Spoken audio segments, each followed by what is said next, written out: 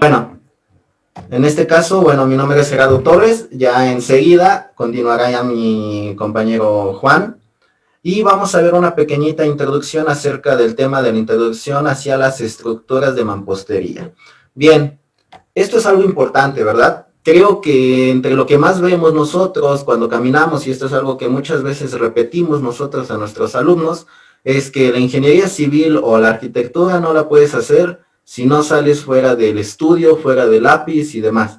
Realmente no podemos conocer sistemas si no voy por la calle, voy observando, voy tomando fotos. Así que si son estudiantes, yo les sugiero mucho que cada que vean alguna estructura, una edificación o algo que les llame la atención, tomen una imagen, almacénenlo, pregunten, hagan un álbum, vayan ustedes mismos deduciendo el por qué y el para qué de cada elemento estructural que vean. Por ejemplo, nosotros si hablamos de los sistemas estructurales a base de mampostería, sabemos que son muchos y muy variados, ¿vale? Este material definido, vamos a hacer una pequeña definición bastante simple, como el acomodo de múltiples piezas de origen natural, pueden ser pétreos o artificiales también, pero que están unidos mediante un aglutinante, que bueno, si lo ponemos hacia un esquema más sencillo, son nuestras piezas de mampostería y nuestros morteros, ¿verdad? Ahora, que forman qué bloques en sí, forman paneles que nosotros los llamamos muros. Entre estos muros pueden ser de diferentes tipos, ya pueden ser muros confinados, muros reforzados internamente, diafragma y otros tipos de muros que seguramente conocen, que los han visto y que con el patrocinador se van a dar cuenta que son bastante comunes en la edificación, ¿vale? Bien, asimismo sabemos que la mampostería es de los materiales más antiguos que se han utilizado en edificaciones de diferentes usos, es decir, desde albergues, refugios, etcétera,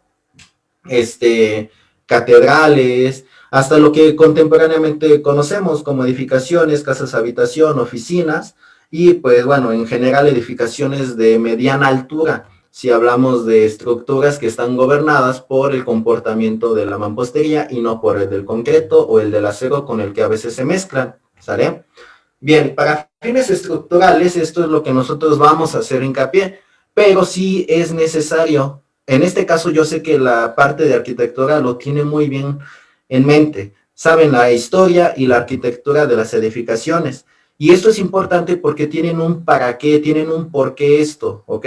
Entonces, si en la parte de ingeniería civil desconocemos un poco esta parte, sí me gustaría que nos empecemos a adentrar, que empecemos a investigar y ver la ingeniería aquí en México al menos, y ya después nos podemos ir a otros lados, ver la ingeniería en México, quién lo hizo, para qué lo hizo, cuál fue el fin y qué logró con este sistema, con su propuesta arquitectónica y sobre todo la parte estructural, cómo se solucionó. Recuerden que debe de llevar armonía a ambos temas, no es ninguno mejor, ninguno peor, ¿sale? Entonces uno cumple cierta necesidad en la parte arquitectónica y otro cumple otra necesidad en la parte estructural.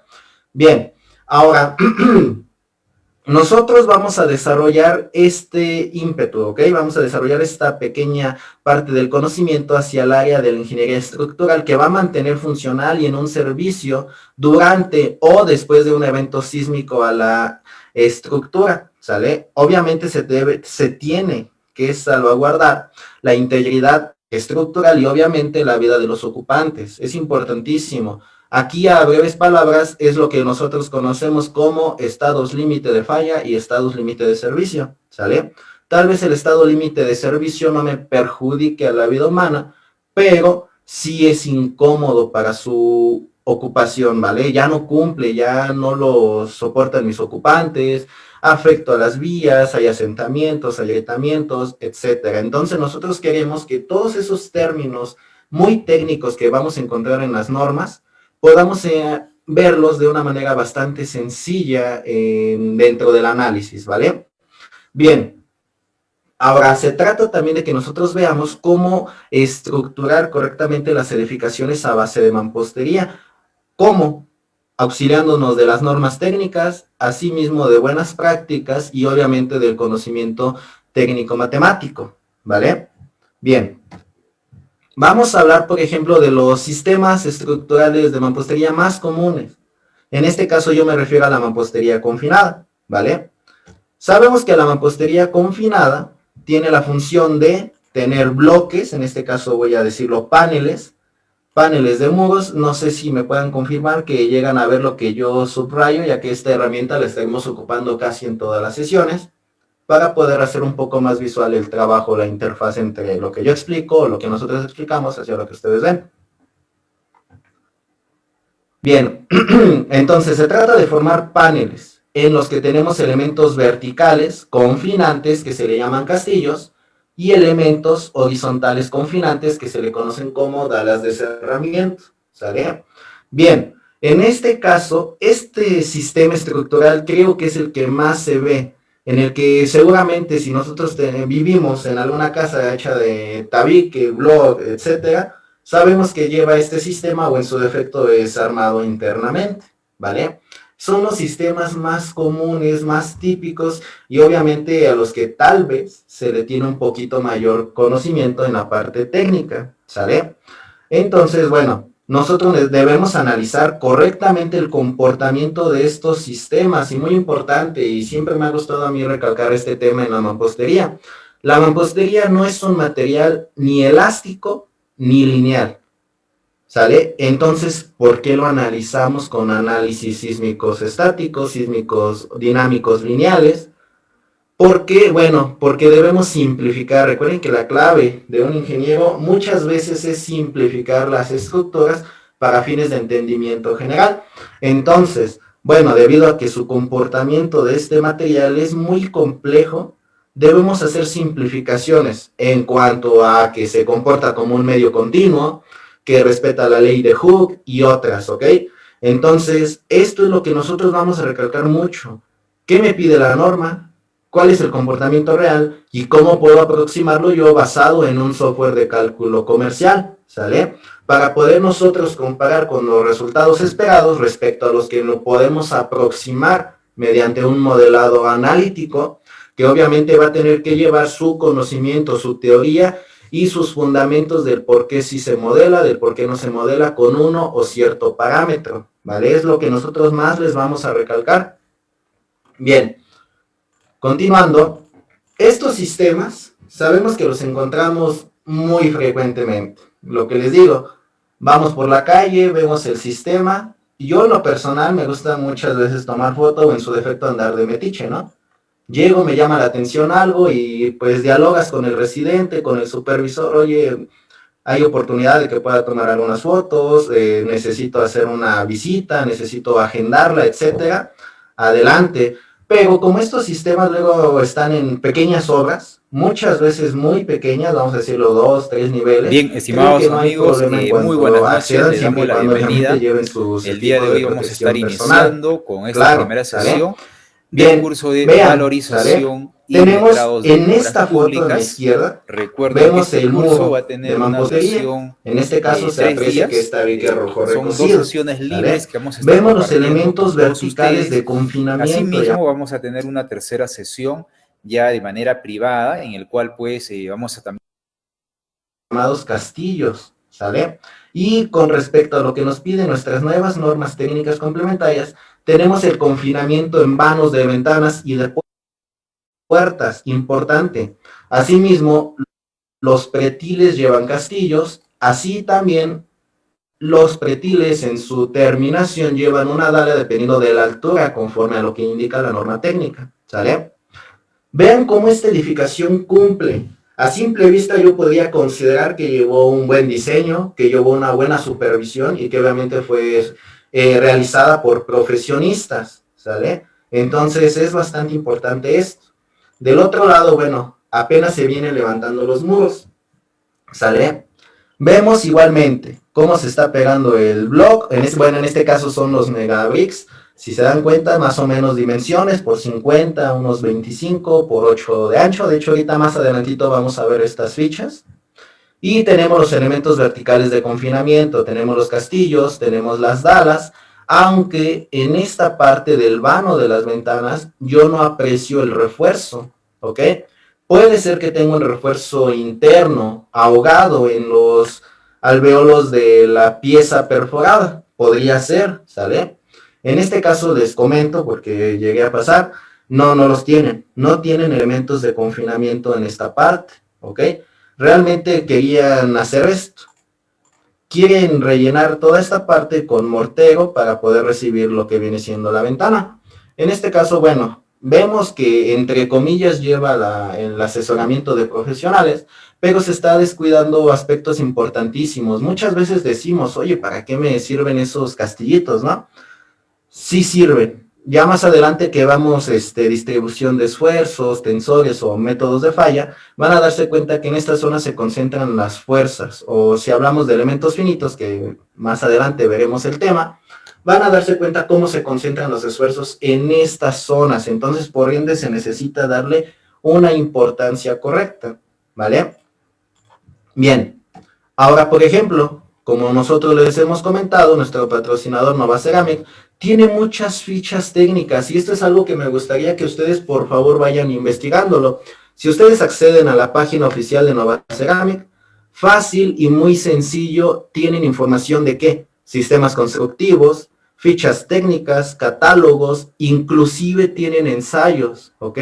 Entonces, esto es algo muy bueno para nosotros como estructuristas, ya que tenemos información a la mano, información con la que, bueno, no solo ingenieros, sino también arquitectos, podemos llegar a presupuestar de manera más correcta, llegamos a tener una ingeniería básica, entre comillas, no tan básica, porque ya tenemos bastante información respecto a los materiales que vamos a utilizar, y no estar en el supuesto de que, bueno, vamos a ver si mi proveedor más cercano si tiene su bloc de arena, si tiene su tabique rojo recocido con las proporciones indicadas en las NOMS, etcétera, ¿ok? Entonces, esto es muy importante, si necesitamos dejar esto de lado. Yo sé, y se los comento, al menos por la zona de acá en el poniente de la Ciudad de México, muchas bloqueras locales no le dan la proporción, no tienen una calidad de sus trabajos.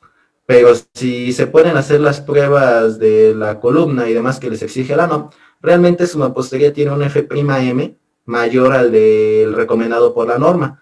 Pero, ojo, no sabemos si todos los blocks o tabiques que pidamos van a tener esa misma calidad. Entonces, posiblemente en unas zonas estén débiles, en otras un poquito más cargados de cemento, etcétera, etcétera. Cosas que no sabemos qué va a pasar, ¿no? Entonces es incipiente cómo va a ser su metodología o su secuencia de falla. Por eso nosotros sí recomendamos mucho que por favor se acerquen a proveedores que les ofrezcan este tipo de información.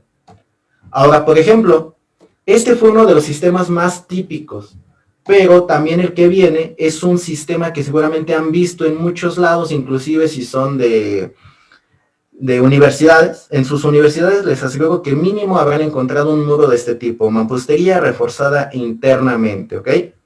Bien, ¿cuál es la mampostería reforzada internamente? Si nos referenciamos a la norma técnica complementaria, o en el caso del libro de edificaciones de mampostería que recién sacó SMIE por el 2019, nos damos cuenta que se cumple nuevamente, tenemos los paneles que se forman por los muros o las piezas de mampostería, y asimismo vemos que los elementos de acero con respecto a la norma, ojo, estos elementos se calculan, la separación se calcula, ¿ok? Nosotros como estructuristas debemos dar esta información. Asimismo existe una separación, un armado horizontal entre cada ciertas hiladas o a cada separación conforme al cálculo, ¿ok? Estos son un poquito más utilizados en aquellos elementos donde queremos que el tabique se vea sin ninguna interrupción por castillos o dalas, es decir, queremos que sea muy aparente, ¿sale? En muchas escuelas, inclusive en la imagen que van a ver adelante, se van a dar cuenta del por qué se eligió este sistema, ¿sale? Por ejemplo, creo que muchos, si son del Politécnico, por la zona de Zacatenco, habrán visto estos tipos de muros, ¿ok? Habrán visto cómo están ligados o desligados a su estructura principal, importantísimo. Vuelvo a recalcarlo. Por donde vayan, visualicen, entiendan cómo es el sistema estructural y cuál fue su finalidad o el por qué se eligió de esta manera, ¿sale? Un muro reforzado internamente y también por la misma calle, en la avenida Juan de Dios Batis, nos vamos a encontrar esto, ¿sale? Un edificio donde son viviendas y el sistema estructural es a base de muros armados internamente. O sea, ¿qué queremos recalcar nosotros aquí? Vean su aplicabilidad de estos sistemas. Necesitamos nosotros conocerlos, necesitamos saber diseñarlos y obviamente saber implementarlos en campo para que tengan un buen comportamiento con respecto a quién. A mi análisis, algo que también nosotros comentamos es muy complejo la labor del análisis y muchas veces nada que ver con lo que se ejecuta en campo. Entonces está desligado ¿quién? El calculista con respecto a la obra. Entonces lo que yo predije en mis números a veces ni concuerda con lo que se presenta en la realidad. Por esa razón es que no vamos a desligarnos. Arquitectura, estructura y construcción deben de estar siempre tomados de la mano. Así debería de ser. Aunque muchas veces creo que nos damos cuenta que no suele suceder esto. Muchas veces nos desligamos, no nos vemos en ninguna junta y bueno, ya se construyó y empiezan a ver detalles, ¿no? Oye, ¿por qué construiste así? Bueno, es que así venía la memoria de cálculo. A ver, memoria de cálculo, ya empiezan a contactar al estructurista. No, así venían los planos arquitectónicos. Contactan al arquitecto y resulta que pues ninguno coincidía en sus comentarios, ¿no? Entonces, esto es más que nada buenas prácticas, sobre todo, ser muy profesionistas en esta parte. Y lo mismo, ¿sale? Tenemos una ficha al respecto del sistema estructural que se recomienda, cómo son los elementos de mampostería que nosotros tenemos para la construcción de los mismos, cómo se debe hacer el traslape, sobre todo en los detalles donde tenemos esquinas. Recuerden que esto es algo que nos pide la norma. En esquinas, por ejemplo, finales de muros, intersecciones, esquinas o intersecciones tipo L.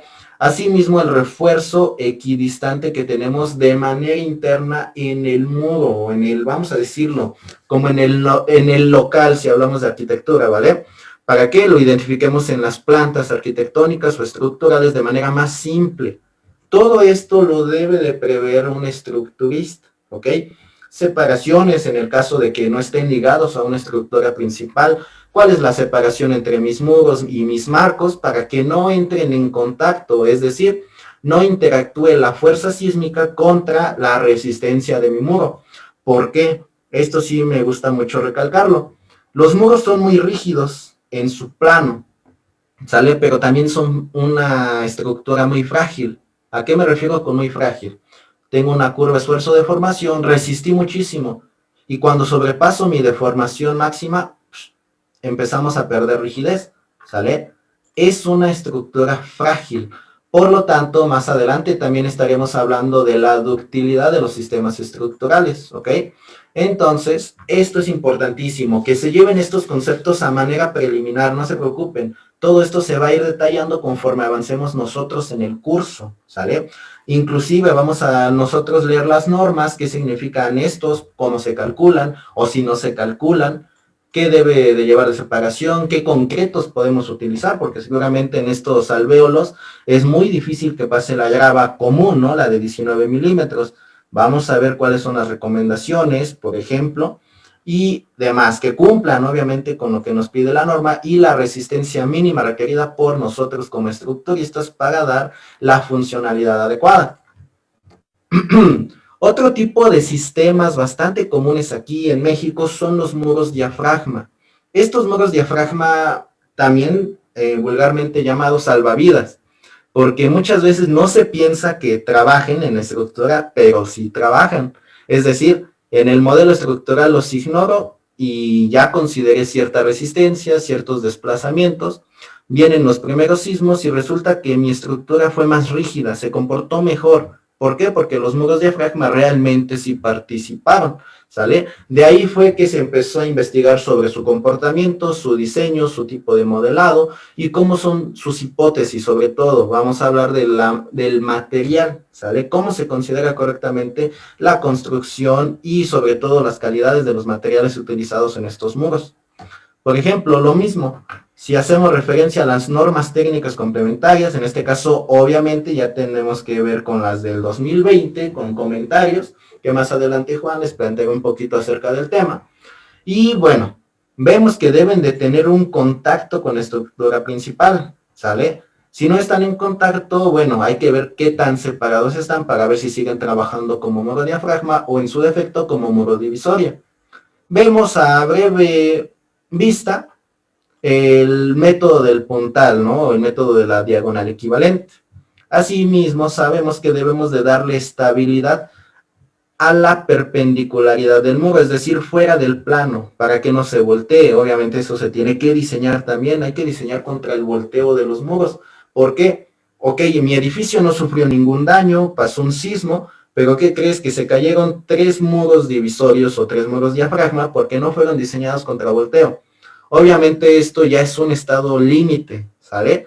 Pudo haber sido de falla, dependiendo, o pudo haber sido de servicio. Obviamente esto ya no nos da seguridad en la edificación, ya incluye trabajos adicionales, gastos adicionales y obviamente inseguridad de nuestros ocupantes. No es tan sencillo, aunque muchas veces no únicamente nos interesamos por su rigidez al cortante, su rigidez a la fuerza axial y su rigidez a quién.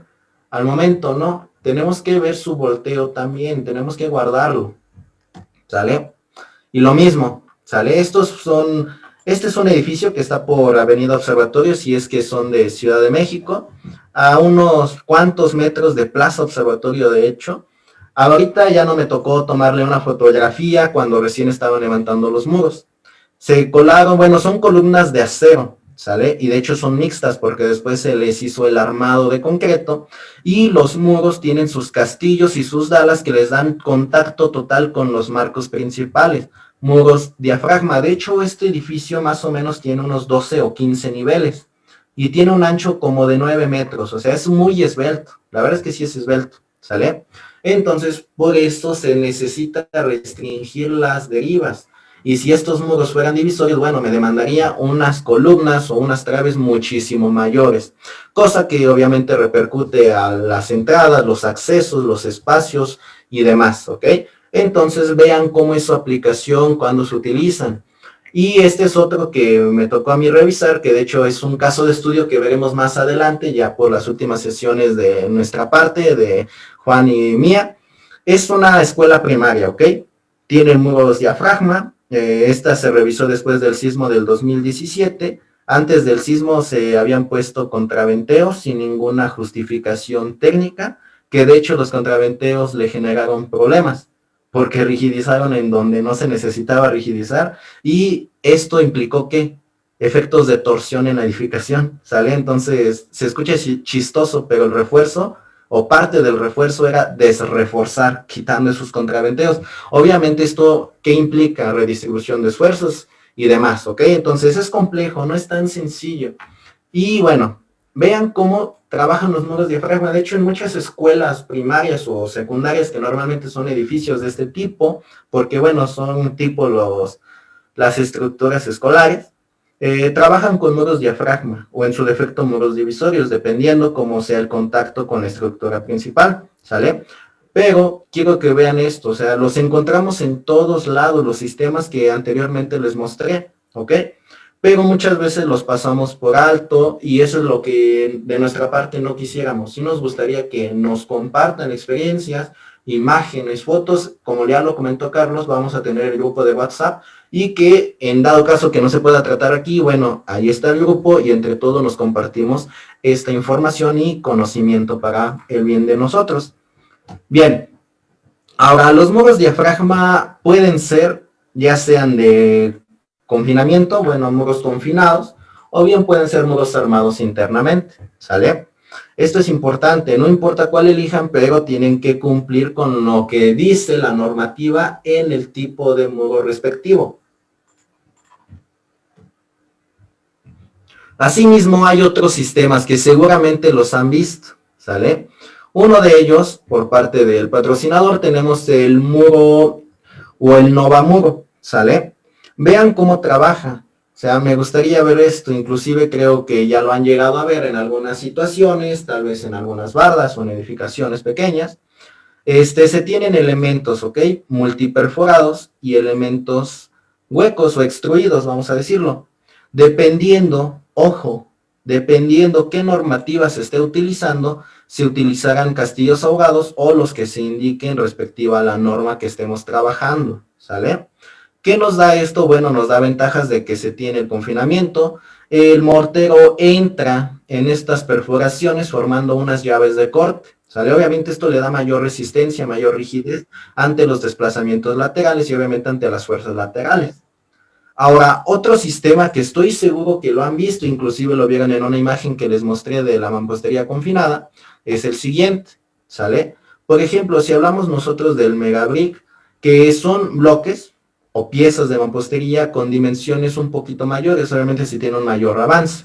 Esto es algo interesante, de hecho a mí me llamó mucho la atención. Si ustedes buscan en la página de Nova Ceramic, ellos tienen ensayos con participación del Instituto de Ingeniería para ver cuál es la resistencia a la flexión fuera del plano del muro de este sistema estructural. Entonces, obviamente tenemos respaldos técnicos del mismo con el cual podemos tener confianza de su uso.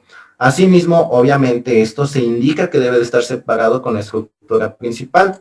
Aquí se ven los elementos, pueden ser neoprenos o algún otro sistema equivalente, ¿sale? Esto, obviamente, no sé si a alguno de ustedes les ha tocado verlo, ¿sale? A mí sí me ha tocado verlo y se está utilizando mucho, al menos por estas zonas. Lo he visto en edificaciones pequeñas o en edificios pequeños, 3, 4 plantas, ¿sale? Pero bastante útil. O sea, ¿a qué vamos con esto?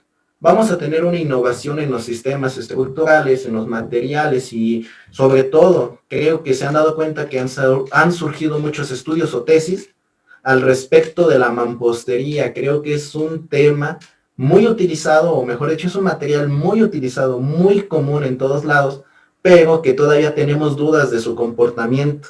Es el material en el cual más tenemos dudas de su comportamiento y les adelanto, cuando entremos al modelado del muro, vamos a tener dudas también ahí todos.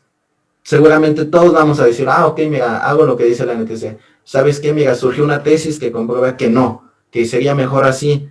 Y entonces vamos a empezar a caer no en una desconfianza, no buscamos eso. Lo que buscamos es generar criterio, generar investigación, que nosotros mismos digamos, ¿sabes qué? A mí me ha surgido esto, he podido comprobar aquello, he leído aquel libro, aquella tesis, aquel documento, y concuerdo con este tema, ¿ok? Entonces nosotros queremos desarrollar ese ímpetu de investigación en ustedes, porque es lo que vamos a necesitar para llegar a un diálogo en común. Bien. Ahora, por ejemplo, estos fueron los sistemas más comunes. Obviamente hay otros y van a haber otros, van a haber innovaciones en los mismos, ¿sale? Ahora nosotros nos vamos a saltar al tema de criterios de estructuración y ductilidad. Este tema es importantísimo, ¿ok? Y particular lo vamos a orientar hacia los edificios de mampostería.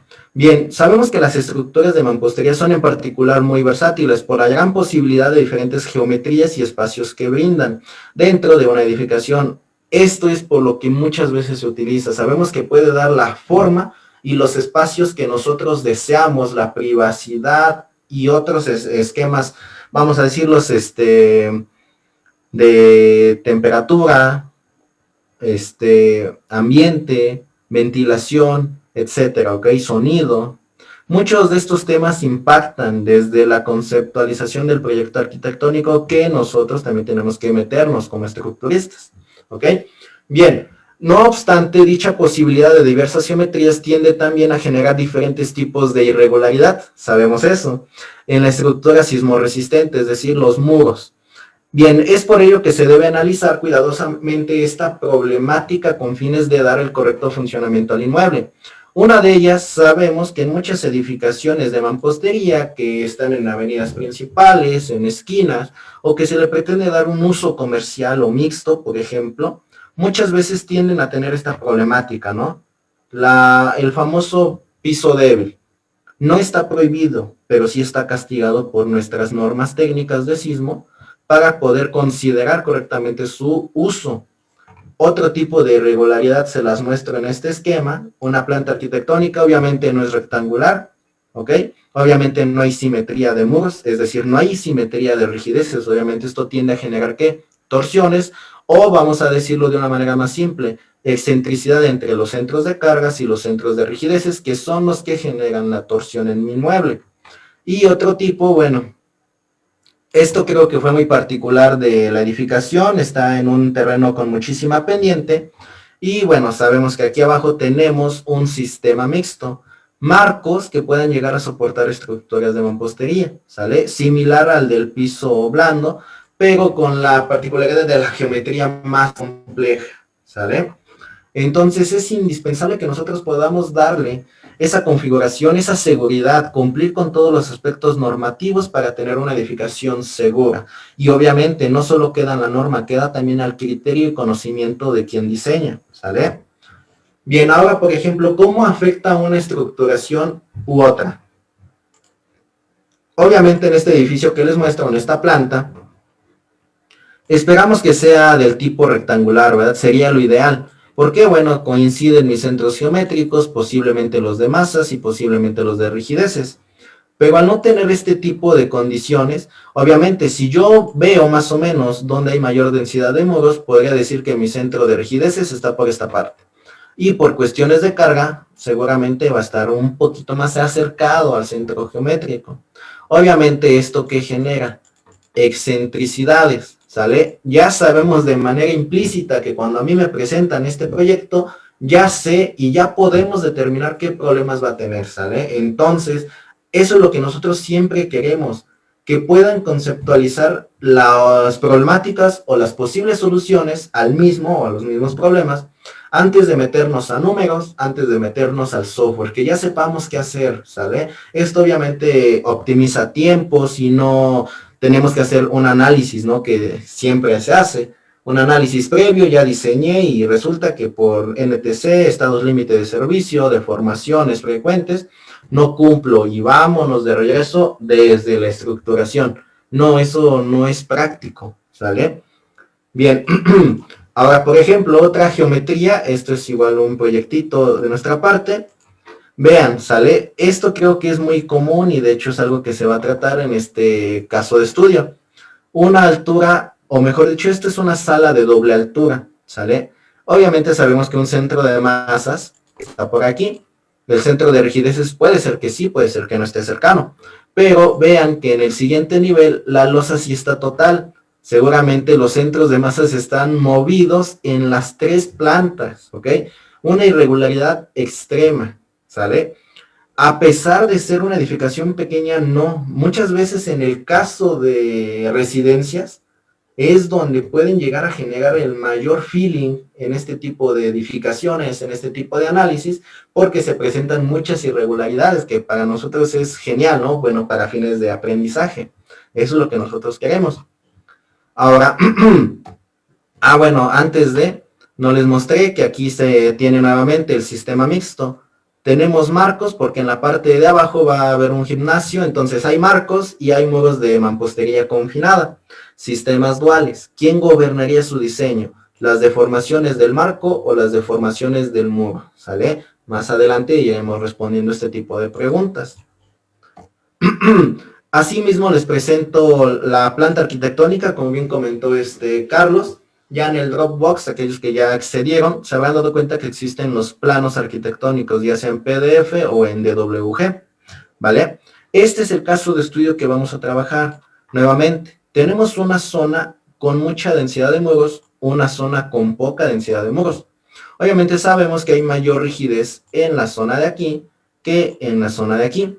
¿Esto qué tiende a generar? Posiblemente torsiones. Ya vemos que vamos a ver, ¿no? Y asimismo les adelanto, también tenemos una sala de doble altura que obviamente da y comprueba, sobre todo, cumple o satisface la necesidad del cliente. Pero nosotros tenemos que ver que esto puede llegar a ser seguro y que no se tengan miedo de meter ese tipo de sistemas, ese tipo de arquitecturas, ¿vale? No es válido que el estructurista diga, ¿sabes qué? No lo hagas de doble altura. Manda la losa corrida y, no sé, déjale un pequeñito hueco, un pequeñito trágalo si gustas, de 1 por 1 o de 2 por 2, no sería válido, ¿verdad? Como que ya estaríamos chocando estructura con arquitectura y no se trata de esto. Bien, continúo. Ahora, ¿qué es y cómo se presenta la ductilidad? A manera muy fácil, voy a utilizar una definición que viene en un libro de mecánica de materiales, ¿sale? Y en un libro de diseño de estructuras de acero, que seguramente lo conocen, que es el de McCormack. Bien, la ductilidad es la propiedad que tienen los materiales para soportar grandes deformaciones sin fallar bajo grandes esfuerzos aplicados al mismo. Ojo, esto es a manera general del material, pero ¿qué pasa cuando nosotros hablamos de la ductilidad de los edificios? Bueno, la ductilidad en un edificio es la combinación de todo, ¿sale? Me refiero a la combinación de la ductilidad del material de concreto, de la del acero, de la mampostería. Es decir, depende de la deformación de los elementos, miembros o sistemas, o mejor dicho, subsistemas estructurales dentro de un edificio sin que se llegue a un colapso incipiente o repentino, ¿sale? Estoy seguro que ustedes saben que conforme vamos deformando la estructura, en la vida real que vemos, grietas, desconches, asentamientos, ruptura de cristales y demás, tenemos marcadores que nos dicen cuánto se está deformando, cuál fue su ductilidad, ¿sale? Bien, si nosotros nos vamos ya a una forma un poquito más matemática, un poquito más numérica, bien, esta es una gráfica de esfuerzo de deformación en un rango elástico, ¿sale? F sub 0 también se le conoce como la resistencia mínima para garantizar que el edificio permanece estático y lineal, o mejor dicho, perdón, elástico y lineal, es decir, que sigue respetando ley de Hooke, ¿sale? Es decir, hasta aquí es donde permito la deformación lineal y a partir de ahí ya viene la zona plástica y demás, es decir, ya viene el análisis no lineal, ¿sale? Pero nosotros no permitimos que los edificios lleguen hasta allá. Los castigamos, ¿sale? Por normativa o por reglamento los castigamos a una afluencia de diseño, que es el F sub Y, ¿sale? Es decir, esta es la resistencia de diseño para considerar que mi edificio sigue trabajando de manera elástica y lineal, ¿sale? Ahora, cuando ya pasa la fase elástica viene la plastificación y de repente viene un colapso o una pérdida de rigideces, ¿sale? Es decir, yo veo mi estructura, se agrietó y estoy seguro que ya no va a regresar a su estado original. Sabemos eso. Sabemos que se va a seguir deformando hasta llegar a su colapso o hasta su punto de falla. Es decir, que ya no lo podemos ocupar ni reparar. ¿Sale? Ahora, cuando llegamos al desplazamiento de fluencia de diseño, se le denomina UY, o mejor dicho, deformación de fluencia. ¿Sale? Y cuando ya llegamos al colapso, o cuando ya decimos que es inocupable este edificio, llegamos a un desplazamiento definido por el sismo. De hecho, se llama U sub M porque viene del movimiento del suelo, ¿sale? Es decir, cuando ya alcanzo mi máximo de formación, puedo relacionar lo siguiente. Bien, no, yo sé que la ductilidad la conocemos a manera conceptual y que muchas veces lo relacionamos con el Q, pero ¿qué tiene que ver el Q aquí? Esto, si nosotros buscamos en literatura general, por ejemplo, Chopra, sabemos que mu es ductilidad, que es igual a ¿quién? A la deformación máxima que soporta mi edificio entre su deformación lineal, ¿sale? Es decir, como cuántas veces me permites deformarme linealmente para poder fallar. Esa es la ductilidad. Entonces ya podemos entender el valor de Q y el por qué nos aparece aquí dependiendo la ductilidad, ¿no? Decimos, ah, sí, mire, entonces si utilizo un Q igual a 2, significa que mi estructura no es muy dúctil y que más o menos soporta 2 veces su deformación de fluencia, ¿sale? Obviamente para que llegue a esto necesitamos rigidizarla y cuesta, ¿sale? Es decir, con un Q igual a 2, por ejemplo, tenemos un costo muy enorme. Pero me voy a aventurar, me voy a hacer el valiente y ¿sabes qué? Voy a utilizar un Q igual a 4.